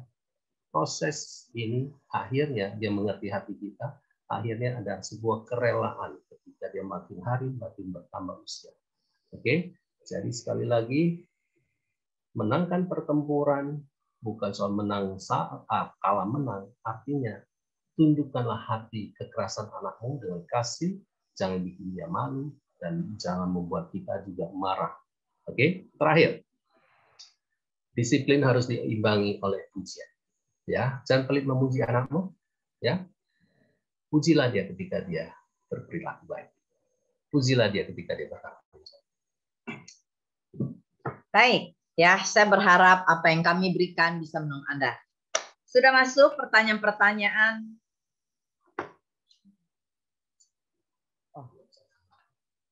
Ya, yang cukup bagus. Saya berharap sebagian Anda bersabar karena banyak pertanyaan yang sangat penting kelihatannya yang tidak kami jelaskan di dalam sesi.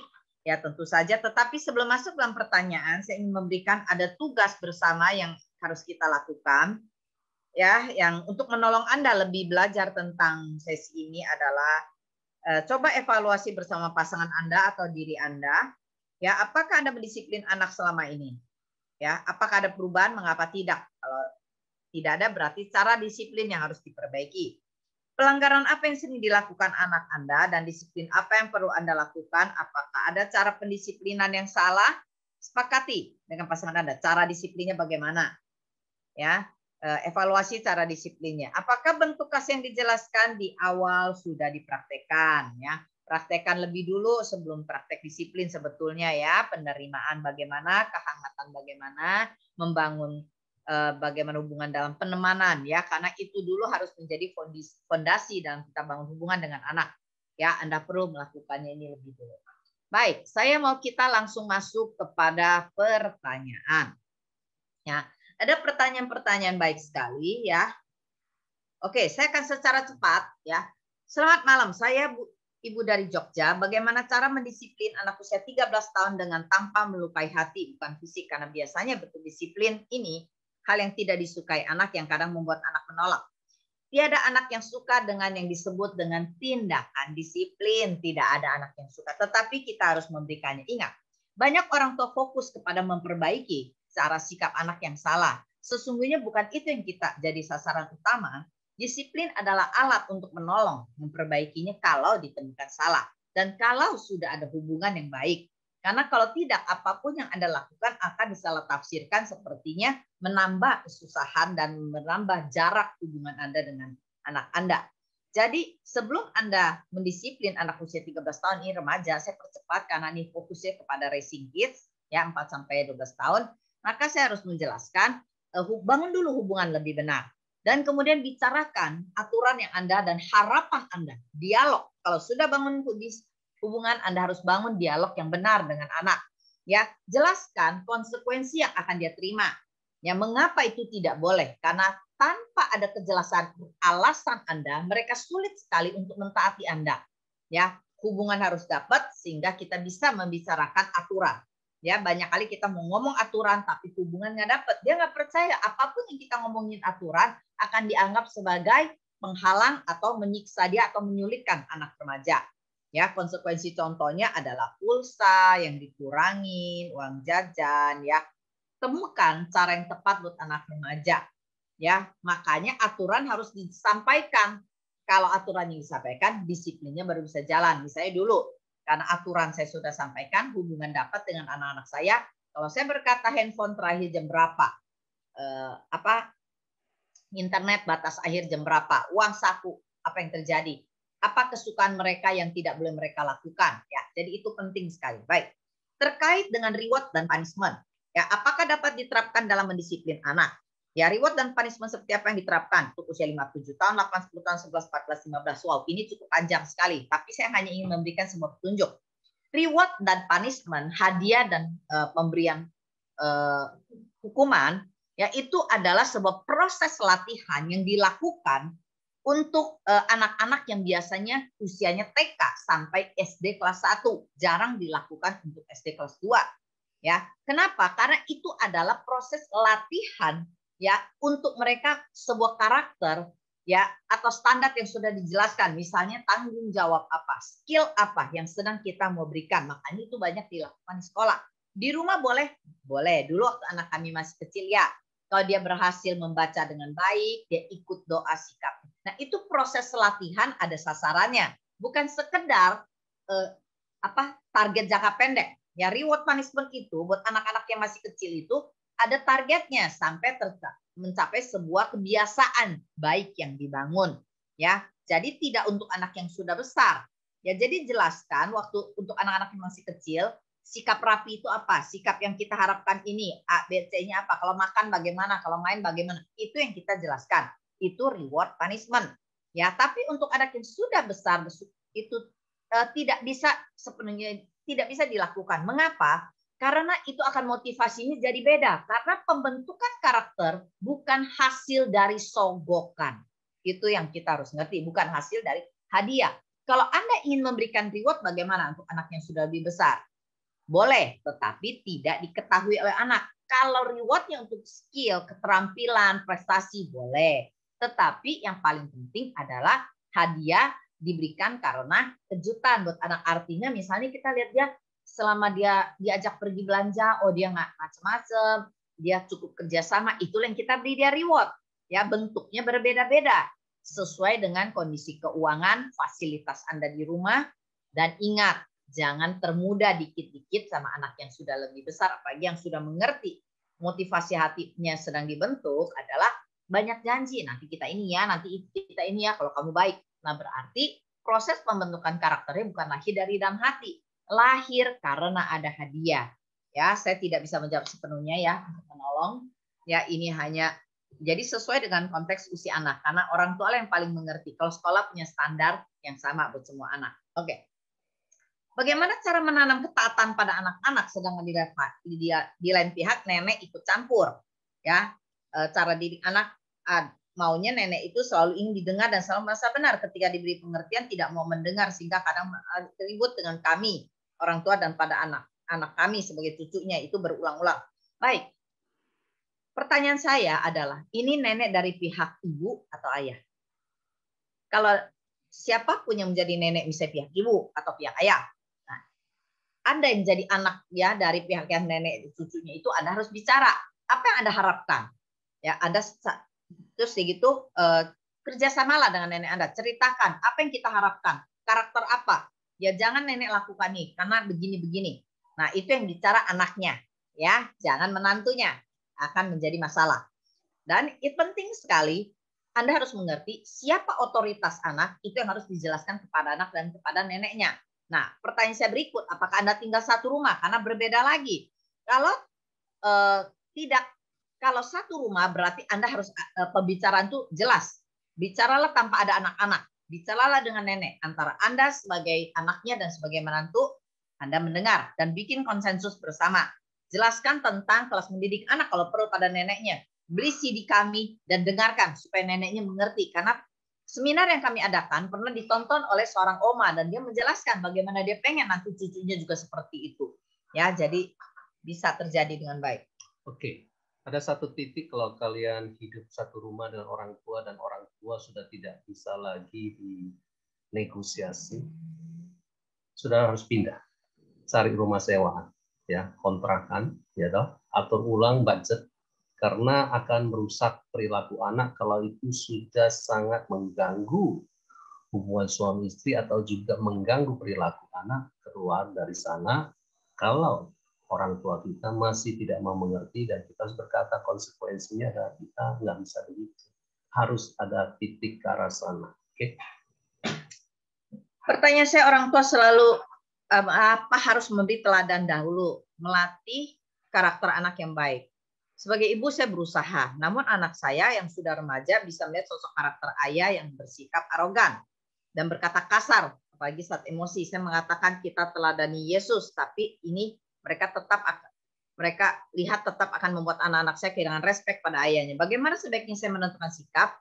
Yang pertama, sudah pasti Anda berdoa supaya suami Anda mendapatkan pengetahuan yang sama, beri CD-nya, beri rekamannya, ya, dan bagaimana Anda belajar mendorong suami Anda, bangun suami Anda lebih dulu, bereskan suami Anda, ya, supaya dia bisa punya keinginan motivasi belajar, bukan digurui, ya, suami tidak bisa digurui, tetapi Anda bisa membangun dia dan memotivasi dia untuk bisa belajar bersama, berikan dia visi mendidik anaknya, ya, dan anak-anak Anda harus menolong mereka untuk melihat ketidaksempurnaan lewat firman Tuhan.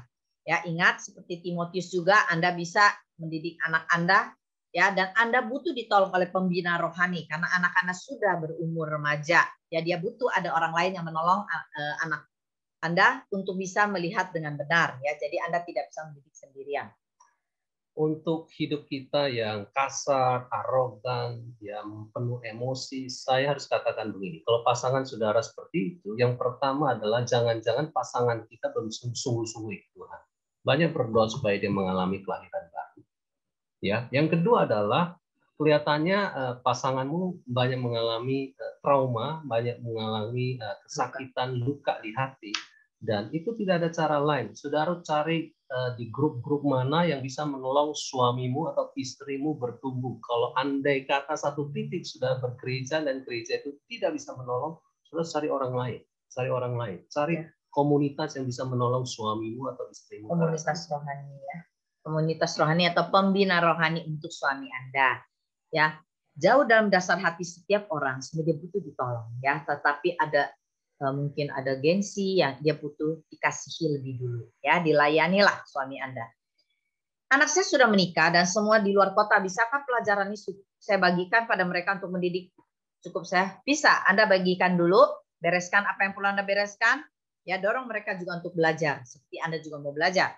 Dari sesi pertama saya langsung praktekkan lebih sabar bicara nada rendah, tapi anak saya masih sering uji kesabaran saya. Apa yang harus saya lakukan? Apakah saya harus tetap dengan memberi perintah? Saya tidak mengetahui masalah Anda karena Anda tidak cantumkan umur anak Anda. Ya, tapi yang pasti Anda harus mengevaluasi hubungan.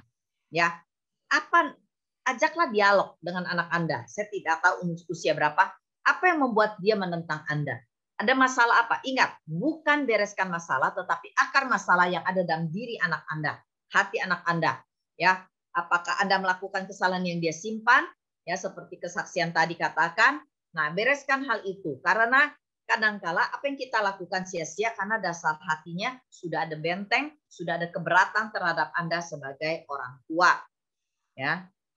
Anak saya umur 4 tahun, pada saat menginginkan sesuatu harus dipenuhi. Jika tidak, marah. Sudah dikasih tahu dengan lembut, namun tetap marah. Kira-kira bagaimana cara mengajar yang tepat? Saya mendorong orang tua, Anda harus mengecek apakah hubungan Anda sebagai suami istri dan mendidik anak cukup baik. Apakah Anda sering ribut di hadapan anak Anda? Itu penting sekali menciptakan suasana kondusif. Hubungan suami istri yang baik akan menghasilkan menjadi orang tua yang sehat, dalam kondisi yang sehat untuk anak-anak bertumbuh secara emosi sehat. Ya, kalau Anda menunjukkan contoh yang sangat emosional, pemarah sebagai orang tua, Anda ribut, berontak, itu sangat dibaca oleh anak. Makanya anak kadang-kala cenderung sangat tidak stabil emosinya. Ya, dan dia juga penuh kemarahan. Nah, kalau hal yang pertama hubungan suami istri benar, maka anak kalau memang begitu berarti cara Anda menangani anak apalagi usia 4 tahun sangat mudah. Anda tidak perlu meresponi kemarahannya, Anda cukup bersikap tegas tanpa perlu marah dan lakukan apa yang harus Anda lakukan. Tidak perlu takut anak menangis, tidak perlu takut anak juga marah. Ya, apalagi dia usia 4 tahun. Dia butuh melihat kejelasan siapa otoritasnya dan bagaimana ketegasan Anda ya sebagai orang tua. Jadi, waktu Anda melakukan disiplin dengan cara mendudukkan dia misalnya, dan walaupun dia nangis, Anda tidak takut, Anda cukup berkata, Mama atau Papa, tunggu kamu tenang dulu. Ya, kalau kamu masih marah, kamu tidak akan diberikan. Anda tetap harus teguh dengan apa yang Anda putuskan. Apalagi Anda tahu itu yang lebih baik atau itu yang lebih benar. Anak 4 tahun tidak tahu yang mana lebih baik dan yang mana lebih benar. Oke. Saya mama dengan 2 anak perempuan 7 dan 5 tahun. Anak saya pun punya karakter yang beda. Yang kedua sesuai, lembut, penurut. Akan tetapi yang pertama pribadinya keras, bertolak belakang dengan adiknya. Padahal saya sering arahkan sesuai dengan cara saya didik adiknya. Bagaimana membangun karakter anak saya? Yang pertama, supaya sama seperti adiknya dan juga seperti yang kita kendaki. Karena kami juga sering berdebat, terima kasih. Anak umur 7 tahun yang Anda perlu, apalagi dia punya karakter beda, jangan dibandingkan. Anda harus, gini, orang tua semua juga pengen punya anak yang gampang dihadapi. Tapi yang pasti adalah Anda harus menghadapi anak Anda dengan kasih dua-duanya. Ya, setiap anak berbeda pendekatannya. Setiap anak punya masalah hati yang berbeda. Jadi Anda harus memberi waktu pribadi buat anak usia 7 tahun. Ya, mengapa dia marah? Ya, bagilah kasih. Ya, bagilah waktu masing-masing 5 menit misalnya. Beri waktu untuk dialog masing-masing 5 menit. Penting untuk Anda mendidik mereka, ada yang sama, ada yang tidak sama caranya. Artinya kau bagi kebenaran sama, tetapi waktu pendalamannya bisa berbeda. Ya, kadangkala ada anak yang ada luka ya satu sama lain. Anda perlu melayani dia secara pribadi. Ya, temukan akar masalah. Anak saya 3, SMP 1, SD kelas 5, dan SD kelas 1. Mereka saling mengasihi, tapi yang kedua kadang cemburu pada adiknya. Kami ingatkan saling mengasihi, tapi beberapa lama kami menasihati, yang kedua mulai melontarkan kecemburuan lagi. Tindakan yang terbaik apa, Bu? Tindakan yang terbaik, Anda sekali lagi ajak dialog. Ya, belajar peka apa yang membuat dia marah. Anak kedua kadangkala di antara 3 saudara, kadangkala punya kesulitan dalam karena dia terjepit secara psikologis, dia juga punya kesulitan untuk menerima yang di atas dan yang di bawah dia. Tetapi itu bisa diatasi waktu Anda sekali lagi membagi waktu kapan kebersamaan, bagi kebenaran, dan sembuhkan hatinya. Kecemburuan pasti ada ketidakadilan, ya ada hal yang dia merasa dirampas sebagai seorang kakak atau sebagai seorang adik. Ya, kalau Damhani sebagai seorang kakak, ya. Nah, jadi Anda harus mengerti bahwa dia butuh dikasihi, ya dia butuh dinyatakan kasihnya. Kebutuhan kasih setiap anak berbeda, perhatian juga beda. Nah, untuk itulah Anda perlu memberi waktu ya masing-masing anak, sekali lagi dialog secara berbeda setiap hari. Cukup 5 menit per hari untuk tiap anak secara pribadi, tapi ada waktunya makan bersama, disitulah Anda menyatakan ya bagaimana Anda bersikap adil kepada tiga-tiganya. Ingat, kebenaran menantikan waktunya ya. Oke. Sebelum mendisiplin anak, orang tua harus memastikan sudah menanam firman. Kalau ayah belum bisa menanamkan bagaimana? Ya, anak-anak sejak lama sudah saya ajar belajar firman melalui pendalaman Alkitab dengan pembimbing rohani. Namun tetap saja kondisi ini tidak imbang karena ayah dan ibu harus bersama-sama mendidik mereka. Tidak semua keluarga ideal, ya. Tetapi kita harus lebih mempercayai ya firman itu menantikan saatnya untuk menghasilkan buah karena firman itu adalah benih. Kita harus menantikan benih itu bertumbuh dan berbuah, ya. Memang kita harus mengerti firman itu bukan pengetahuan, ya, tetapi itu adalah sebuah kehidupan. Bukankah benih itu hidup, makanya dia bisa berbuah. Nah, Anda harus mengerti, ya, walaupun ayat tidak menceritakan, biarkan firman itu menyembuhkan anak Anda.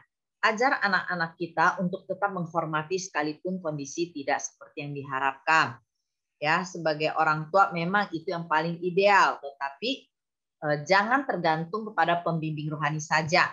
Ya, tetapi saya mendorong Anda juga tetap di waktu walaupun ibu ya, ibu saja tapi ibu harus diskusi. Saya tidak tahu apa penyebab Anda tidak bisa menanam kebenaran. Ya, sekarang banyak hal yang kita bisa belajar ya, jangan berkecil hati, kita semua bisa belajar ya. Bukankah guru sekolah minggu rata-rata ibu dan ayah bisa membangun hubungan dengan orang lain, berarti dia bisa belajar ya. Jangan berkecil hati. Setiap kita karena ada anak, kita bisa memacu diri kita untuk bisa membagi kebenaran sekalipun singkat, tetapi yang pasti selain kebenaran dibagikan, contoh hidup itu jauh lebih penting. Oke. Dari pendeta, tongkat dan teguran, Amsal 29 ayat 15, mendatangkan hikmat, anak yang dibiarkan mempermalukan ibunya. Bagaimana menerapkan firman Tuhan ini secara benar? Nah, kami tidak punya cukup waktu untuk menjelaskan tentang tongkat dan teguran, ya. Tetapi yang pasti ada kebenarannya. Anda boleh memberi CD kami, ya, dalam sesi. Ya, kalau sesi minggu depan, saya akan berpikir untuk menjelaskan itu, ya, soal tongkat terutama tentang sesuatu yang disebut tongkat dipukulkan di pantat. Nah, nanti saya dan istri saya akan pikirkan. Ya. Yang pasti adalah dari tadi istri saya bercerita tentang pasangan. Prinsipnya begini, kalau ada salah satu pasangan tidak berfungsi, baik ayah, baik ibu, ya toh, atau tidak mau menjalankan fungsinya karena tidak mau tanggung jawab, salah satunya ambil tanpa harus memojokkan pasangan yang belum ambil, karena ada proses Tuhan buat pasangan kita yang belum mau ambil tanggung jawab, termasuk menanam kebenaran, termasuk dia mungkin perilakunya kasar, ya ambil aja sembari berdoa buat pasanganmu. Yang kedua adalah setiap anak itu beda-beda, ya bukankah kita bersaudara juga beda-beda, kakak adik kita juga beda, jadi perlakuan terhadap anak kita juga nggak bisa sama rata, sama rasa. Sesuaikan porsi kebutuhan masing-masing dan waktu kita yang ada. Jadi saya dorong saudara jangan lihat anak itu sama semuanya, dan harus ada sentuhan yang sangat-sangat pribadi buat tiap anak yang spesifik dan bisa berbeda untuk menyatakan bahwa papa mama sayang kalian semua. Nggak ada pilih kasih di situ. Kadang-kala kita memang perlu memberikan pernyataan-pernyataan penting untuk anak-anak kita, apalagi dalam waktu kita bersama. Minta mereka masukan. Ya, menurut kalian, mama bagaimana? Mama perlu apa yang kurang? Nah, itu penting ya. Saya biasa lakukan itu dengan anak-anak kami setiap ulang tahun kami semua, ya. Sehingga ada momen-momen di mana kami bisa belajar bersama dalam suasana yang cukup kondusif. Oke. Apakah mendidik atau mengajak anak itu tugas seorang ibu, TW mama atau mama kali maksudnya ya? Bagaimana cara mengajak menyampaikan bahwa papa juga harus mendidik? Saya ada ibu yang kurang pandai pintar dalam menasihati. Setiap kita perlu belajar. Para suami bisa didorong untuk belajar ya. Ajak dia menonton sesi ini berbarengan, mendengar sesi ini dan diskusi. Ya, saya mendorong bagaimana Anda membangun suami itu juga penting ya. Karena banyak ibu-ibu menuntut suami, ya perkataannya menuntut dan memarahi sehingga suami tidak punya keinginan dan kerinduan belajar bersama. Penting kita semua para ibu-ibu. Memang bukan cuma ibu yang bertugas ngajar. Saya banyak mendorong suami saya dulu untuk mendidik anak kami. Ayo, kamu adalah ayahnya. Ayo, Cang. Ya, saya panggilkan dia, Pak Sumaroit Aca. Ayo, Cang, kamu sanggup karena anak akan mendengar kamu ya. Karena tongkat otoritas ada di kamu ya. Seorang ayah bisa mendidik anaknya. Kalau ibu-ibu katanya survei yang 4 kali bicara, ayah itu 1 kali bicara. Ya, jadi kita harus mendorong suami kita betapa berartinya dia. Nah, saya mendorong Anda bukannya harus pandai menasihati, tetapi Alkitab berkata Efesus 4, bagaimana kita bisa perkataan kita mendatangkan kasih karunia. Banyaklah merenungkan firman dan memperkatakan firman untuk suami kita ya. Ayo, setiap ibu-ibu Anda mampu melakukannya karena roh Tuhan ada dalam diri Anda dan ada kasih karunia. Ya. Oke, keponakan saya sering menunjukkan bahasa tubuh dan lirikan mata yang tidak senang ketika memberi nasihat. Saya memberi nasihat, umurnya sudah remaja, ortunya tidak peduli. Apakah saya, tantenya dapat memberikan intervensi dan untuk disiplin? Disiplin tidak, memberi nasihat boleh. Ya, karena saya prihatin sudah ditiru. Anda boleh memberi nasihat dan Anda bangun hubungan. Ya, tentu saja berbeda. Ya, anggap saja Anda ada pembina rohaninya. Ya. Di berkat sesi awal mengenai kasih, izin bertanya bagaimana selesaikan hubungan antara anak. Salah satu dari kita sebagai orang tua belum pulih, sedangkan yang terjadi dalam hal trauma kasih masa lalu. Anda sebagai orang tua, jangan fokus pada anak, karena Anda perlu sembuh lebih dulu. Mintalah tolong untuk rohaniawan atau pembina rohani. Saya tidak tahu Anda ada di dalam kotak mana, tetapi mintalah. Ya, seseorang hamba Tuhan atau siapa yang mau sungguh-sungguh menolong Anda, bukan sekedar mengajar Anda, yang membagi Anda dan melayani Anda secara pribadi. Karena anak Anda bertumbuh karena ditentukan oleh orang tua. Seberapa orang tua maju, anak akan maju. Itu yang paling ideal. Ya, kalau tidak anak Anda tumbuh lebih besar, siapa yang bisa melayani dia? Ya, oke. Saya percaya Anda bisa sembuh dan Anda bisa menjadi orang tua yang lebih baik lagi oleh karena roh Tuhan ada pada Anda. Ya, kalau Anda orang percaya, kita semua orang percaya, kita punya kasih dan firman Tuhan yang menolong kita. Jangan menyerah, Pak, Bapak dan Ibu ya. Anak saya 13 tahun cowok, suami kolerik otoriter. Walau sudah bertobat, udah mulai bertobat, nggak cari kesalahan, tapi anak kayak nggak percaya. Sekarang udah benar-benar cuek, ingin menganggap semua anggota keluarga seperti musuh dan pengganggu. Baru didekati udah diusir. Komunikasi kok terpaksa. Misal bangun makan tidur kami coba dekati tapi keburu diusir. Tiap malam kami doakan. Udah beberapa bulan ini dia nggak mau diajak doa lagi. Karena usia dia 13 tahun, yang perlu dilakukan adalah Anda perlu rekonsiliasi pertama. Bangun hubungan dengan anak Anda. Temukan kesukaan dia. Jangan kuliahi dia, jangan gurui dia, jangan berkata tentang firman, jangan masuk hal rohani. Anda harus dapat dulu hatinya. Ya, bangun hubungan, kenali bahasa kasih anak Anda apa. Dan yang kedua, Anda mungkin butuh pembina rohani lain mendekati anak Anda. Ya, karena dia butuh kakak rohani. Ya, selain Anda sebagai orang tua. Ya, karena ada proses gap hubungan yang cukup dalam karena kelihatannya dia sangat-sangat terluka. Ya. Bagaimana cara orang tua agar anak tidak mau terbuka? Atau orang tua suka atau tidak suka, kadang karena orang tua yang meminta mereka ya saja, tapi saya lihat ekspresi tidak terlihat suka. Bangun hubungan. Mulailah dengan fokus pada hubungan kasih. Ya, karena hubungan masuk kepada hati anak. Jangan melihat kepada tuntutan Anda kenapa tidak taat, kenapa ini tidak. Ya, saya punya anak usia 7 tahun. Jika dia berbuat salah ditegur, gampang sekali meneteskan air mata. Bagaimana cara menegur anak yang punya perasaan seperti itu? Tidak sulit. Tatap mata dia, peluk dia dulu sebelum menegur dia. Peluk dia lalu katakan, kamu salah, tetapi mama tetap mengasihi kamu. Jangan takut salah, nak. Ya, kita bisa perbaiki. Ya, perbaiki apa? Dampingi dia, temani dia cara memperbaikinya. Malam bisa diberi contoh bentuk pendisiplinan yang dikatakan yang menimbulkan sakit, batasan-batasan dalam pendisiplinan. Tadi saya sudah katakan kehilangan apa yang dia sukai itu menyakitkan. Ya, kalau anak misalnya dia kehilangan main game itu menyakitkan, ya toh. Jadi sesuatu yang sifatnya koreksi, ya toh, yang terhadap pelanggaran yang sedang ya ringan bisa lihat teguran, nasihat, peringatan jangan diulang lagi. Itu ada sesuatu yang sakit, ya. Dan yang kedua adalah yang sakit juga adalah minggu depan kita akan masuk kepada tongkat didikan. Tapi cara penggunanya harus benar, ya. Kalau enggak kita akan melakukan kekerasan terhadap anak. Saya ibu dari 2 anak berumur 6 dan 9 tahun. Saya mau tanya bagaimana memberi hukuman yang benar ketika anak melakukan pelanggaran tanpa harus marah-marah, tanpa jeweran, cubitan, dan sebagainya. Itu dimulai dari kita, hati kita sebagai orang tua, ya. Anda harus mengerti arti kasih, ya.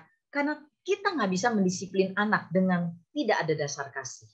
Karena kita bukan sedang menyiksa anak, kita bukan sedang menumpahkan kekesalan kita. Ya, Anda harus hati kita benar. Ya, kalau saya waktu anak saya masih kecil, kalau saya kesel dan saya rasa marah, saya akan berkata, kamu harus tunggu, mama butuh tenang dulu. Ya, mama akan bicara sama kamu nanti. Nah, itu menolong diri saya. Ya, jadi Anda tahu bagaimana Anda bisa peka, kesalahan anak Anda apa, tindakan apa yang harus dilakukan. Bisa juga sudah katakan kepada anakmu, tunggu papa pulang nanti, ya, karena kita lagi marah, kita butuh waktu, tunggu papa pulang nanti. Nanti papa mama akan berurusan dengan kamu.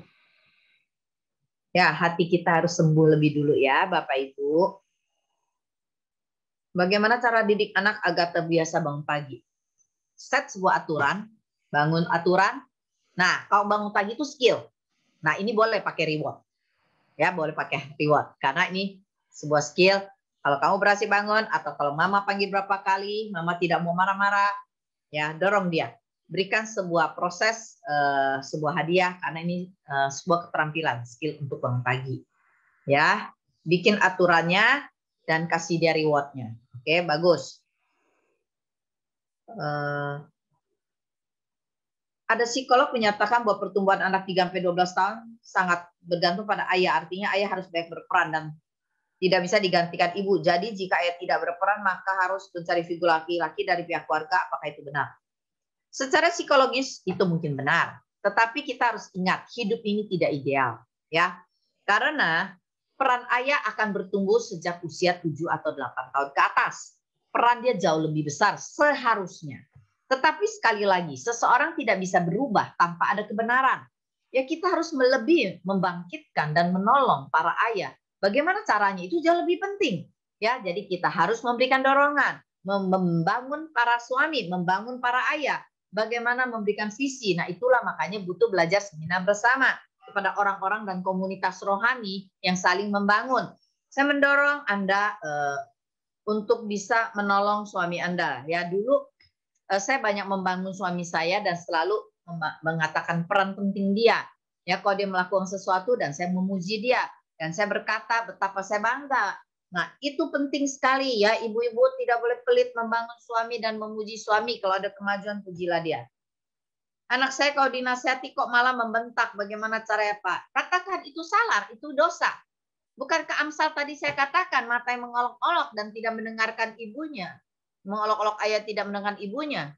Kebenaran perlu ditanamkan dan kita harus menghadirkan spirit pertobatan dalam diri anak. Ya, bukan sekedar kita bersedih dan mengeluh, tetapi kita harus mendekati anak kita dalam suasana tidak konflik, suasana kondusif, bicaralah apa yang salah. Tapi anak perlu lahir baru juga. Ya, kebiasaan yang baik harus dibangun. Cari kenapa dia bisa begitu. Apakah dia belajar banyak dari media? Apakah dia mencontoh teman-temannya? Apakah ayahnya seperti itu? Akar masalah akan menolong kita untuk melihat masalah ya. Jadi mulainya bukan dari masalah. Anak umur 11 tahun kalau dipanggil sampai teriak alasannya nggak kedengeran, pasti konfirmasi pakai ancaman baru ngaku kalau ya kedengeran. Terus berdalih lagi, katanya kirain bukan manggil saya. Pernah berapa kali kasih hukuman nggak boleh nonton TV, main game sehari. Besoknya diulangi lagi. Bagaimana solusinya? Ya, berarti ada masalah dengan kebenaran. Ya, 11 tahun. Apakah anak Anda mengerti arti menghormati akan Tuhan? Kenapa Anda tidak melakukannya? Kenapa anak tidak melakukannya? Karena dia tidak tahu ada konsekuensi. Ya, jadi setiap hari ya harus diajarkan dulu. Anda harus sabar. Ya, katakan itu dosa. Ya, kenapa? Karena kita ya seringkali marah, menuntut, tapi tidak menanamkan firman. Ya, dalam jadi saya mendorong bangun hubungan sama anak. Ceritakan ya pengharapan, kasihi dia. Kenapa anak-anak kadang berontak dengan cepat? Karena anak tidak merasakan kasih, ketegasan. Yang anak cuma rasakan marah-marah dan kadang-kadang anak-anak menikmati loh kita marah-marah. Dan itu bahaya. Ya, jadi pendekatan firman, kasih yang benar, hubungan yang membuat kita ambil disiplinnya serius. Ya, bukan sekedar diulang-ulang. Berarti pendisiplinan tidak bekerja dengan baik. Anak saya membuka situs pornografi dengan alasan mau tahu dari teman dan dari YouTube. Bagaimana menghadapi anak saya yang terlanjur memiliki memori buruk?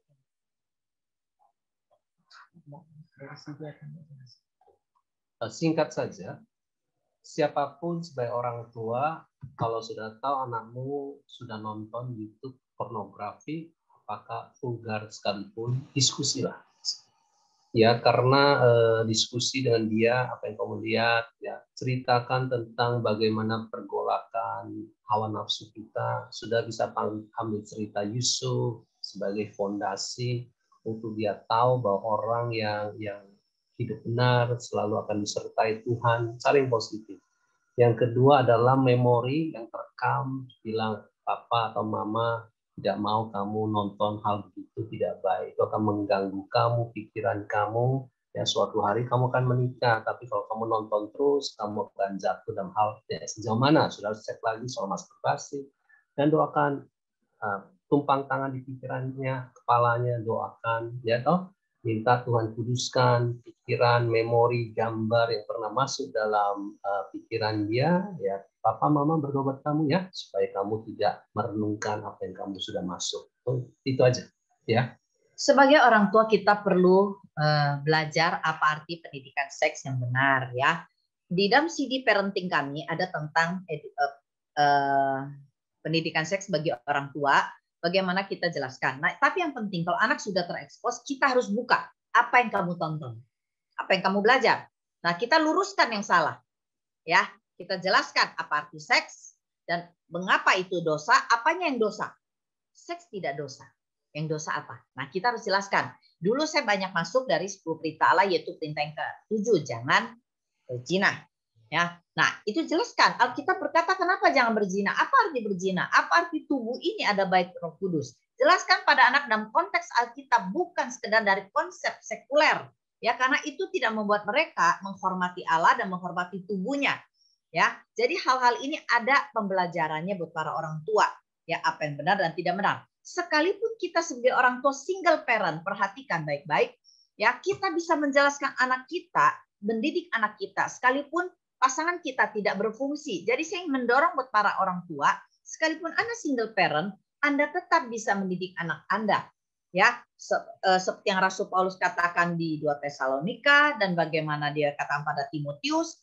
Ya, yang penting adalah iman tidak bisa dibatasi oleh siapapun, tetapi iman sangat tergantung dari firman yang ditabur dengan benar dan tentu saja dengan kasih. Ya, jadi saya ingin mendorong dan mengencourage para ibu-ibu atau ayah yang single parent, walaupun mungkin Anda tidak murni single parent, kalau Anda bekerja sendirian, Anda tidak boleh menyerah. Kasih dan kebenaran Alkitab yang ditaburkan tidak akan pernah sia-sia. Itu akan menjadi kehidupan kalau Anda punya iman waktu Anda menceritakan dan membagikannya, ya bukan dengan ketakutan dan kekhawatiran. Sudah pertanyaan terakhir karena waktu dari sebuah kota, Pati, bagaimana cara mendisiplin anak bungsu yang terbiasa disayang dan dimanja oleh semua orang di rumah, termasuk pasangannya dengan alasan dia masih kecil.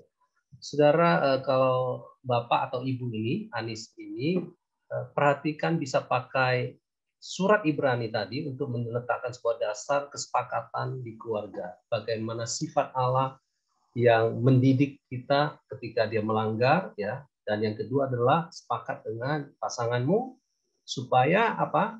Kalau tidak sepakat, susah jalan seterusnya. Ya, kalau diskusi, intinya dialog, dan dasar dialog adalah Ibrani pasal 12 tadi. Baik, ya. Pertanyaan terakhir, karena tidak bisa semuanya kami jawab. Cara nasihati anak yang bungsu usia 7 tahun tidur tidak pengalaman, agar punya rasa tanggung jawab menyelesaikan tugas, kakaknya usia 11 tahun, 20 tahun pada rajin. Semua hal yang menjadi sebuah kebiasaan baru, saya mendorong satu kepada para orang tua. Buatlah aturan, buatlah pola rutin. Ya, dengan sebuah konsekuensi kalau dia tidak mentaatinya, ya. Karena untuk membuat kebiasaan baru perlu sebuah proses pendisiplinan dengan pola rutin, pola tanggung jawab dan apa yang diharapkan dan bagaimana cara menolong dia, bikin konsensus, dia tidak boleh marah, ya. Tapi nanti kita diam-diam menyiapkan reward. Kalau dia sudah berhasil, misalnya dalam 1 minggu, ya dia berhasil 4 kali, nah itulah reward yang diberikan untuk memotivasi anak kita bahwa sebenarnya kita menghargai semuanya. Oke, jam 9 sudah lewat dan saya kembalikan kepada Pak Budi. Tuhan memberkati, kita akan berjumpa lagi.